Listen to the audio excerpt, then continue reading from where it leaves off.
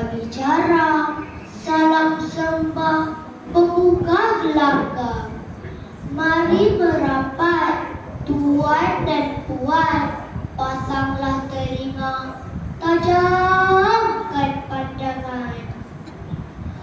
Bukanlah hamba pandai mengarang, sekadar menyambung riwayat yang lama. Andai terkasar bahasa, tersilap kata, ampun dan maaf, hamba pinta. Tasik Chini airnya tenang, teratai putih, kembang pewangi. Marilah kita dengar sekarang kisah naga penuh berani.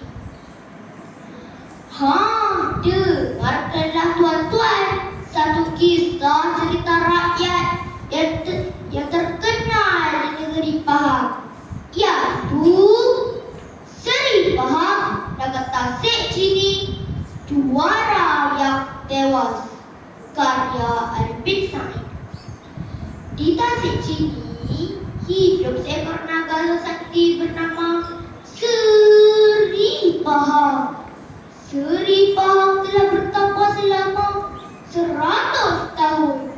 Kerana terlalu lama bertapa, sisik Seri Pahang telah bertukar menjadi emas. Badannya sangat besar dan kuat. Apabila Seri Pahang berjalan, air Tasik akan berkocak dan seluruh kampung sekitar Tasik Chini akan bergegar. Jadi Seri Pahang akan berjalan perlahan-lahan supaya tidak menakutkan dan mengganggu penduduk. Seri Pahang, naga yang baik. Seri Pahang adalah penjaga Tasik Chini. Selain sebagai tempat kehidupannya, Tasik Chini merupakan sumber alam yang penting kepada penduduk tempatan. Bak kata pepatah, biar putih tulang, jangan putih mata. Dari lautan muncul seekor naga bernama Seri Kemboja. Seri Kemboja kuat dan gagah. Seri Kemboja suka menguji kekuatan diri. Dia terlalu yakin dengan kehebatan dirinya. Dia datang ke Tasik Chini untuk menunjukkan kekuatannya. Cush, cush, cush. Namun Seri Pahang tidak membenarkan Tasik Chini diserobot. Tetapi yang tidak diendahkan oleh Seri Kemboja. Harta dipendekkan riwayat, dipandangkan cerita. Bumi mana yang tidak ditimpa hujan, laut mana yang tidak bergelora, tuan-tuan. Maka bermulalah pertarungan antara dua naga besar, iaitu Seri Pahang dan Seri Kemboja. Perlawanan menjadi semakin dahsyat. Air Tasik Chini bergelora luar biasa.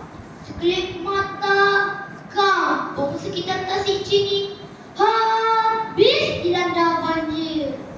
Kelihatan dua ekor naga berhempas pulas.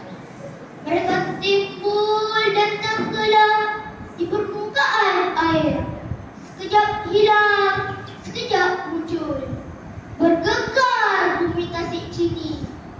Seri Pahang sedar jika dia tidak berbuat sesuatu, pasti hulu Pahang akan tenggelam. Banyak malapetaka buruk akan berlaku. Seri Pahang cuba memperdaya Seri Kemboja untuk keluar dari Tasik Chini menghalang ke lautan. Seri Kemboja akhirnya bermundur ke lautan dalam keadaan lemah. Tush, tush, tush. Namun hatinya masih tidak berpuas hati. Dia tetap mahu berlawan dengan Seri Pahang. Ayo sama-sama. 1, 2, 3. menjadi